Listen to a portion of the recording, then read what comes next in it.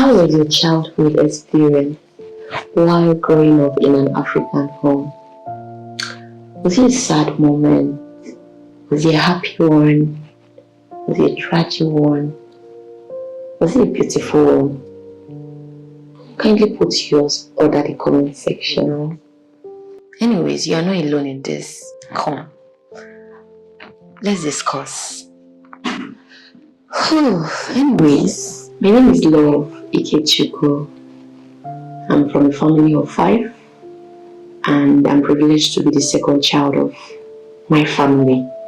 I and my siblings were born and raised in the northern part of Nigeria, Borno, Maiduguri precisely. Yeah, growing up in an African home was a very beautiful one, and I believe sharing with you would help any of you here. So God helped me, I came out of it, and I'm here to share. I believe I would add value, I will impact you positively with my experience.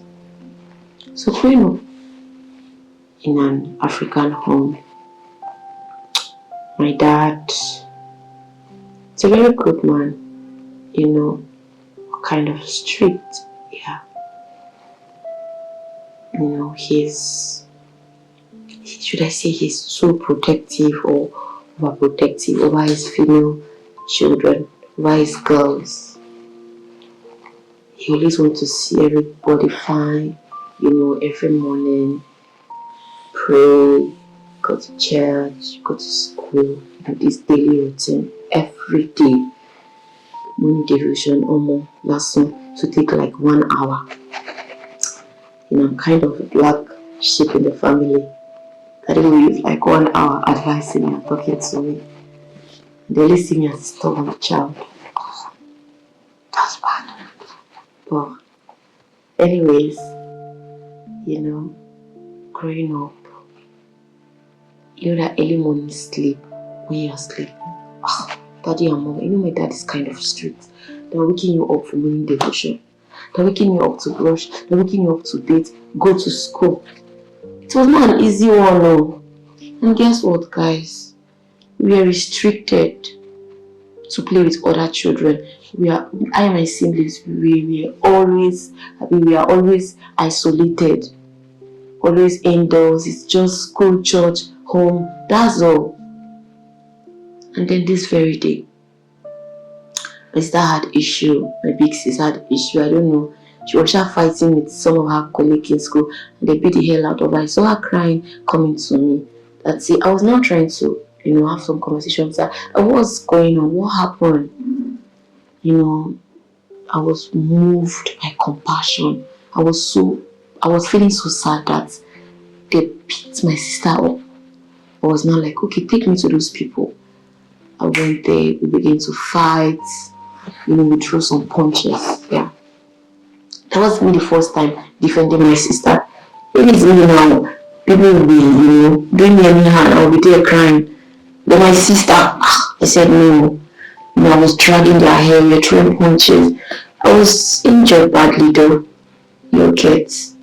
At the end of the day, we left. I went home. The next morning, I was reported to the higher authorities in school. My dad was called, like, the other parents of those people that came, guess what? The talk is so much, I cannot start giving you in detail. Next thing, the principal said, I'm going to be suspended, I think 1 week. Yeah, 1 week thereabouts. So when I go home, guess what, guys? Daddy locked me up. Daddy beat the hell out of me. Come on. Is that what I sent you to school to do? Did I ask you to go and be fighting? Did I ask you to go and so I'm wasting my hard-earned money paying school fees. Meanwhile, they are doing a different thing in school. And guess what, that time, $1 so I didn't know anything. So Daddy was just using anything like bombarding me, even bringing second to the last result every time from school. So that was the opportunity is going to use the beat. After beating the next morning, they used 1 hour as usual now to advise me. After collecting beating, and throughout those periods I was at home. It was not easy one for me. My siblings have gone to school and the only one at home crying, feeling so remorseful, feeling so bad about everything that happened. So daddy said, anytime anybody beats you or slap you, tell that person, thank you, God bless you. Or if the person should slap you, turn the other side. We should always behave like Jesus. We should be like Jesus. My dad. So you think he's a pastor. Anyway, enough of my dad. And let's go to my mom. My mom. Sweet mother. Very calm, slow in anger. Always ready to give second chances. She believed that change is constant. She always believed in us. She believed, and she still believes in us till date. Always ready to call her children together in one accord. Very praying mom. Very hardworking. She can tolerate, very tolerant. Most times I'm always being bullied in school. I'll come home, I'll cry, I'll talk to my mom. My mom will encourage me, my mom will pray for me. Let me calm down. Everything will be fine.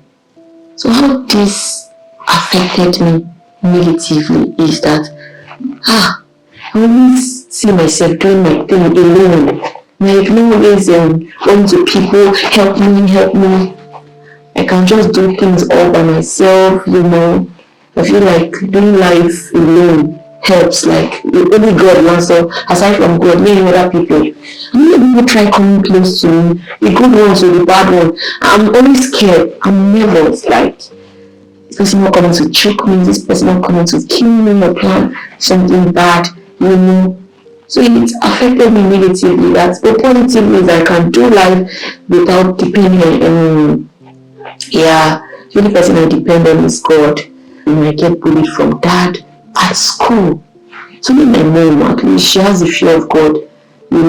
She don't bug me that much. She said, you can do better. You have potentials in you. You can do better. You have great value. The encouragement, kept me going.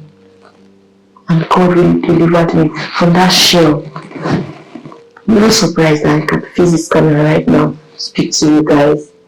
I know I'm kind of scared and nervous, but the time you get used to do, you gotta do what to do.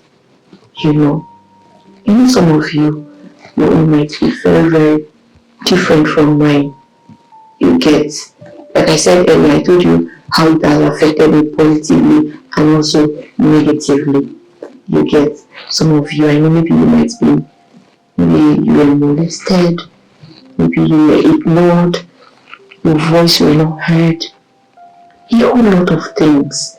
You are not alone. We are in this together. We are here to trash and tackle all this problem. And kindly turn up your notification button. Subscribe to my YouTube channel for us to have an amazing topic like this. See you in the next one. Thank you.